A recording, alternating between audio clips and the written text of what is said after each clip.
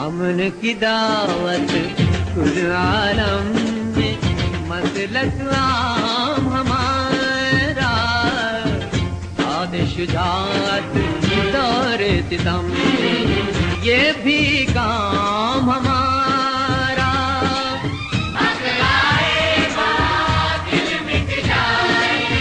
یہ پیغام ہمارا۔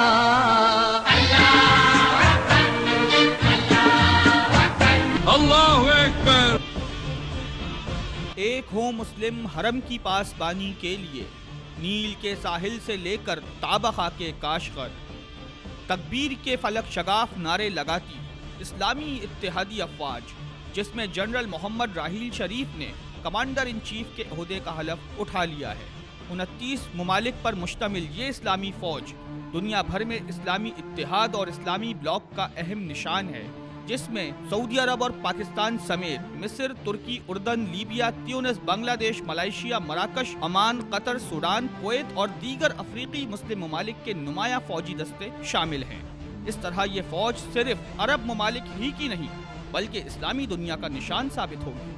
اسلامی فوج کا خواب شاہ فیصل شہید نے سب سے پہلے دیکھا تھا، تاکہ فوجی قوت کے باعث معاشی اور اقتصادی راہیں بھی ہموار ہوں، کیونکہ فوجی طاقت ہی کسی بھی مشترکہ تنظیم کو طاقتور کرتی ہے، جس سے OIC اب تک نالاں تھی۔ امیر الجیش راحیل شریف کی قیادت میں اس مسلم فوج میں فی الحال 80,000 سے زائد پیشہ ور فوجی شامل ہیں، جو جدید عسکری ساز و سامان سے بھی لیس ہیں۔ ان دستوں میں پاک فوج ہراول دستے کا کردار ادا کر رہی ہے، جو بیرونی طاقت کے ساتھ ساتھ اندرونی سازشوں سے لڑنا بھی جانتی ہے، اور اس وقت وہ اپنے ملک کے ساتھ ساتھ بحرین میں بھی سازشیں دبانے میں مصروف ہے۔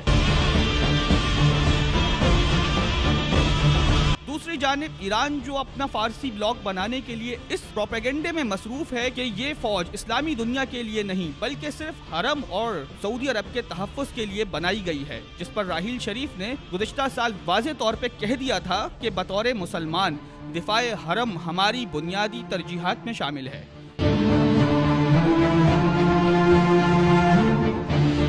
یہ بھی واضح رہے کہ یہودی لابی گزشتہ 1500 سال سے مدینہ منورہ پر دوبارہ قبضہ کرنے کے خواب دیکھ رہی ہے، جہاں سے وہ عہد رسالت میں نکالے گئے تھے۔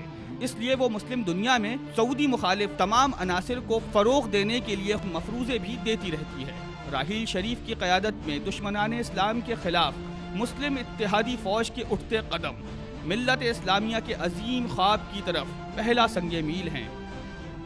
اب دیکھنا یہ ہے کہ پاکستان میں فتوحات کا علم بلند کرنے والے راحیل شریف اپنی قیادت میں مسلم دنیا کو مشکلات سے نکال سکیں گے، اور کیا مسلم فوج کو دیگر اتحادی افواج کے مقابلے میں کھڑا کر سکیں گے۔